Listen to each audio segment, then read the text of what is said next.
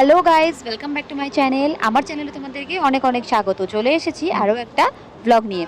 তো আমরা আজকে যাচ্ছি হচ্ছে কলকাতা এয়ারপোর্ট। এখন যাচ্ছি কলকাতা এয়ারপোর্টের দিকে, কারণ যাব ব্যাঙ্গালোর।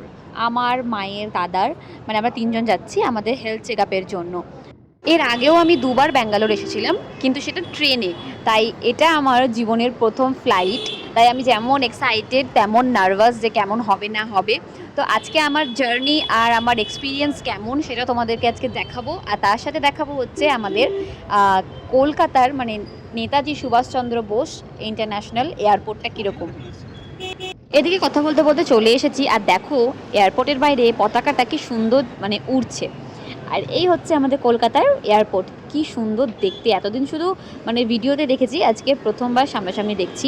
মানে যেটা হয় আর কি, সব কোনো কিছু প্রথমবারের যে একটা আলাদাই ফিলিংস।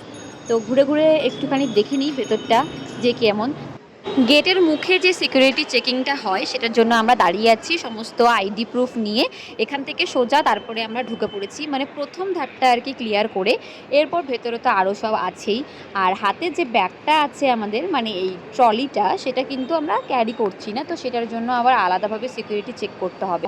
যেহেতু আমরা ট্রলিটা ক্যারি করছি না, তো ট্রলিটা এখানে জমা দেওয়ার জন্য একটা চেকিং হবে, আর সাথে যে লাগেজ আছে সেগুলোরও চেকিং হবে। তো এটা হয়ে গেলেই আমরা সোজা চলে যাব হচ্ছে গেট নম্বরে। তো তার আগে চলো তোমাদেরকে একটু আমি এয়ারপোর্টটা ঘুরিয়ে ঘুরিয়ে দেখাই।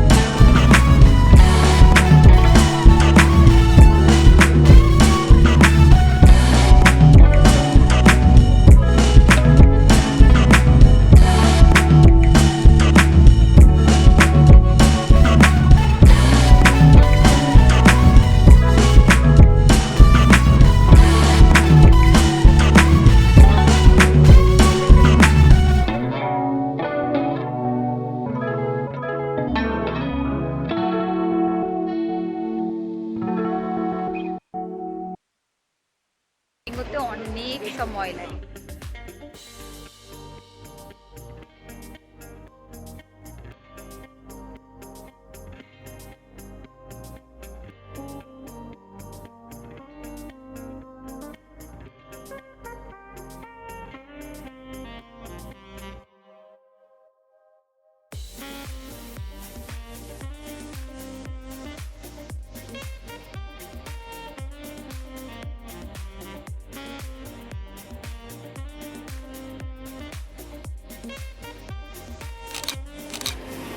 এখন আমরা চলে এসেছি হচ্ছে গ্রাউন্ড ফ্লোরে, আমাদের 103 নম্বরে আছে।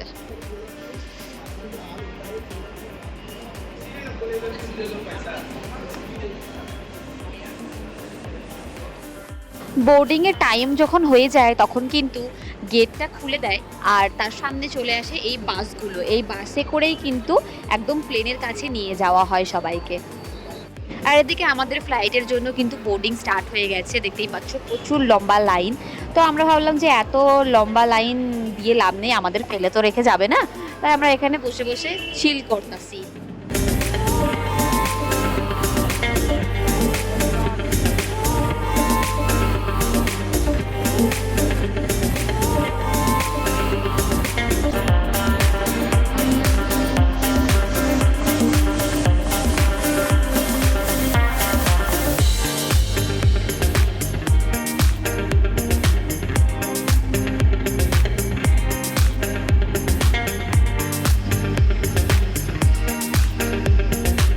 এতক্ষণ বসেছিলাম যখন, তখন মনে হচ্ছিল কখন যে ফ্লাইটটা দেবে আর কখন যে যাব। আর এখন যখন সেই মোমেন্টটা চলে এসেছে তখন একদম মানে দুরু দুরু বুক কাঁপছে, আবার এক্সাইটমেন্ট দুটোই হচ্ছে।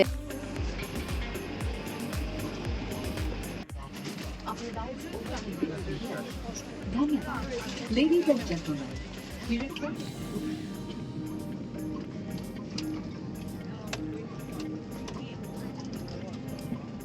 ফাইনাল মোমেন্ট এসে হাজির।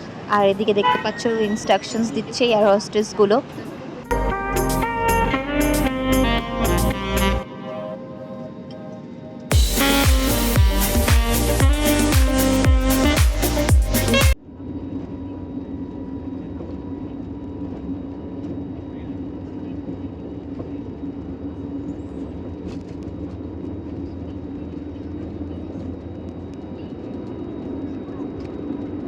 উড়ে গেলাম।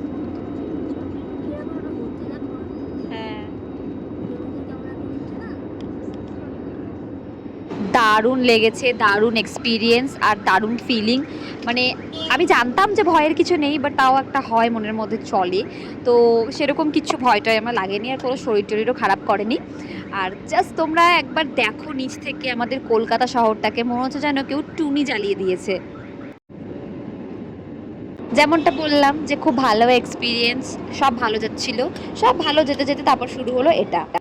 হঠাৎ কেবিন থেকে অ্যানাউন্সমেন্ট শুরু হলো যে ওয়েদার খারাপের জন্য কিন্তু সিট বেল্ট সবাইকে পরে নিতে হবে। আর তারপরেই জাস্ট এরকম প্লেনের ঝাঁকুনি শুরু হয়ে গেছিলো। যদিও কিছু হয়নি, বাট তাও আমার ফার্স্ট টাইম চাপা প্লেনে, আর সেখানে যদি এরকম এক্সপিরিয়েন্স হয় আমি তো ভাবলাম গেলাম বোধ হয়। বাট যাই হোক, কিছুই হয়নি, সব একটু পরেই নর্মাল হয়ে গেছে। তারপর আর এখন দেখতে পাচ্ছ যে আমরা কিন্তু প্রায় চলে এসেছি ব্যাঙ্গালোর।